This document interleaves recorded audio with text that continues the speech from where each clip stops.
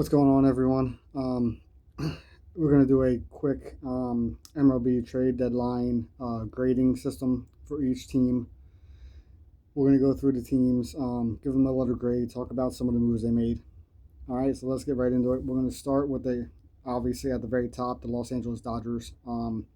Clearly, they get an A for what they did. The Dodgers added Tarik Skubal from Detroit.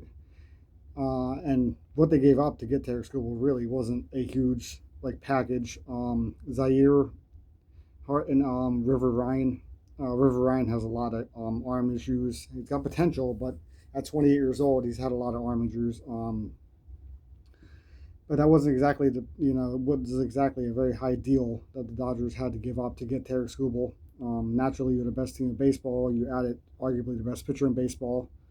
And on top of that, the Dodgers added Kris Bubic, a left-handed pitcher from Kansas City. Loved that move. They also added Ben Revolt, a backup catcher from the Mets. For minor league pitchers, those two moves. But again, in the Tarik Skubal deal, Zaire Hope is probably the best option for Detroit. He's got potential as an outfielder, but I felt Detroit could have got a lot more.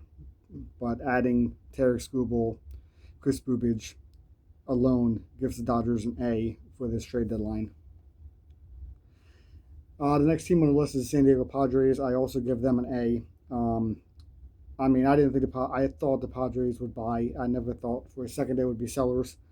But being able to add Casey Mize and Robbie Ray to that rotation and really not give up a whole lot for either one of them. The Tigers did get left-handed pitcher Cash Mayfield and Jackson Wolf, so both left-handed pitchers. So there's some potential there for Detroit. Robbie Ray was acquired for right-handed pitcher Miguel Mendez and Joel Hernandez. This is a shortstop. So again, some potential, but if you're the Padres, an opportunity to win now, adding two veteran starters like Casey Mize and Robbie Ray to a rotation that could use that help. It was a very good deadline. AJ Preller usually has good deadlines. He goes all in. As a Phillies fan, I'm kind of jealous that they don't go that route, but the Padres get an A in my book. Team 3, the Boston Red Sox, they also get an A. Just adding Adley Rutschman alone now, it was a giant package that the Red Sox gave up to get Adley Rutschman, so that's a good trade both ways, I believe. Sending back to the Orioles right-handed pitcher Anthony Emerson, Carlos Narvaez, right-handed pitcher Harrison Weatherspoon, and a player to be named later. It was a giant hole back for the Orioles. It's still tough trading a catcher like Adley Rutschman, though. Such potential, and I said before in another video that the downfall of the Orioles kind of needs to be studied. The fact that just two or 3 years after winning 100 games, they're trading their star catcher in division really needs to be looked at. But the Red Sox, on top of that, also acquired Curtis Mead a few days before the trade deadline. Unfortunately, he did break his hand. That was a trade that I think the Nationals won, sending Connolly early back to the Nationals. But at the time, it was a good deal for the Red Sox, so I'm not going to fault them for that. They also added left-handed pitcher Eric Miller and Carlos Gutierrez from the Giants for a shortstop, Mauricio Meyer. Again, Eric Miller, late in the game, hard-throwing left-hander, is going to come up big in the playoffs for the Red Sox. So, yes, the Red Sox went all in at this deadline, and I think they deserve an A for all the moves that they made. Again, I respect the fact that they went all in.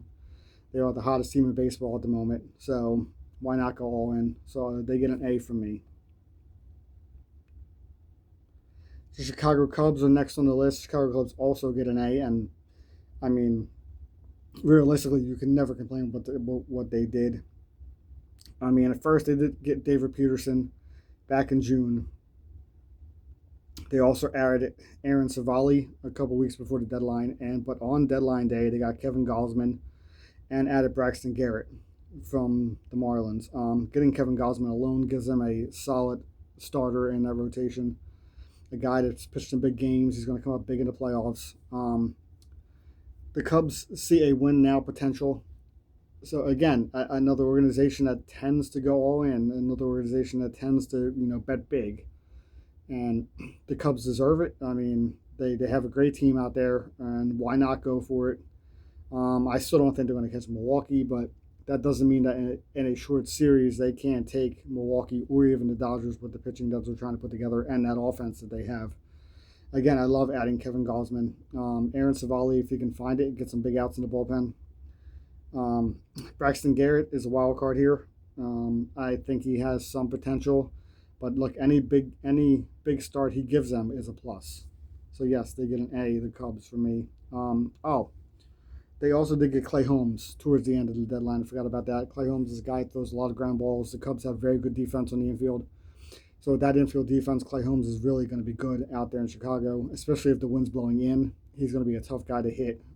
Clay Holmes by no means is like a juggernaut or a difference maker to that point on the mound, but he is a man that can get some outs, get some wins, and when the defense behind him is good, he's going to get a lot of ground balls. So the Cubs, again, that's another good trade that the Cubs made. Next up is the Phillies. Yeah, I'm going to give the Phillies a C for this deadline. I did not like it at all. I did love Luis Arraez. I mean, how can you argue with that? But you did give up, Ramon Marquez, a guy that was the number fourth prospect in your organization, arguably the top pitching prospect in your organization, for a rental player which, in acquiring, forced you to change three people's positions. Now Bryce Harper had to go to right field, Alec Bohm to first base, and Bryson Stott to third. So, I mean, a lot of moving pieces just off of that one move for a guy just for the last couple of months of the season. The left-handed pitcher Brooks Raley that the Phillies got, I love. Had like a 1.63 ERA for the Mets. He's a guy that can get big outs. Phillies need some left-handed pitching in that bullpen, but I felt the Phillies needed more. Um, the Phillies are going to put a lot of pressure now on Andrew Painter. They're going to put a lot of pressure on Brian De La Cruz. They're going to put a lot of pressure on the big boys in the lineup to step up. I still think the Phillies have a shot to go to the World Series. I mean, when you're throwing Wheeler, Sanchez, and Luzardo out there in any series, you're going to have a chance to win. I think the Phillies are a major threat to the Dodgers in a 5-game series because of that pitching. But I am disappointed with the deadline. I really thought the Phillies would get more. I thought they would get another bat. The fact that Jorge Soler is still sitting out there as the making of this video, I believe, I wish the Phillies would go get him, but it doesn't look like they have any interest. I give them a C. Most places I've given them higher than that. I just can't. And maybe it's the biased fan in me. One wild card that the Phillies did get at this deadline, it was kind of late, getting Colby Thomas, outfielder from the A's. He's a guy that could definitely be a good fourth outfielder. He gets some big hits for you, play some good defense. He's got some speed. So, I mean, they gave him up for Seth Johnson, a kid that I had a lot of hope for, but he just never quite found his footing here. So I hope he does find it out there in Sacramento/Las Vegas. But Colby Thomas is going to be interesting down the stretch for the Phillies. I can't wait to see how they use him and utilize what he does good. The New York Yankees up next. I give them a B. First of all, the fact that they were able to get Luis Garcia Jr. from the Nationals. I'll get to the Nationals later on, but the moves that they made, I'm confused as to why they traded some of the players they did. But the Yankees, that's a big get for the Yankees, getting Luis Garcia Jr., especially in that ballpark. He hit a home run immediately in his first game. Being a left-handed hitter, that ballpark hits well. It fits well for a left-handed hitter. The Yankees also acquired Heliot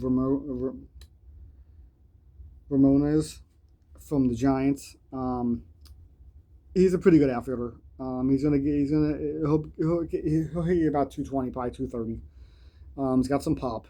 Lacks defensively though, so I mean you're hurting yourself defensively, but you can get some pop. It's not a bad trade. Gives you an extra guy off the bench, somebody who can come up as a pinch hitter late in the game and pop one if you need him. But yeah, the Yankees get a B just for the Luis Garcia Jr. alone. Cleveland's up next. Yeah, I'm going to give Cleveland a B for this deadline. I mean, if you really think about it, they got Blake Perkins and Craig Yano for the Brewers for two minor league players. Well, Bo Naylor went back to the Brewers. That's actually pretty interesting. Adding Joe Adell. Joe Adell really he doesn't do much for me. again, he's going to hit you low batting average. He's a three true outcome kind of guy. Home run, strikeout, walk, pretty much. I would think he doesn't get many walks either. So he's not a guy that's going to scare you like he off any team. I wouldn't be afraid to pitch to Jo Adell late in the game. But he's a nice addition to a team that really has struggled offensively. So a team that can only go up. The big move I believe that they made is getting Foster Griffin from the Nationals, and they sent a pretty good amount back to the Nationals in that deal. But Foster Griffin has been outstanding for the Nationals. Maybe this was more of like a sell high for the Nationals. I really did not foresee them trading Foster Griffin. The Cleveland Guardians, the team already has outstanding pitching, just got much better adding Foster Griffin. The Guardians also added Nathaniel Lowe on deadline day. Again, a guy who can play first base. He has some pop. Was very good for the Reds. Again, a team that struggles offensively. I'm not going to cry for them adding bats. Jo Adell again doesn't do much for me personally as a Phillies fan, but I can understand going and getting a guy like that if you're Cleveland, because you can only go up offensively. So I give them a B. Tampa Bay, this is an interesting one. I'm going to give them a B minus. The Freddie Peralta trade makes I understand making the deal.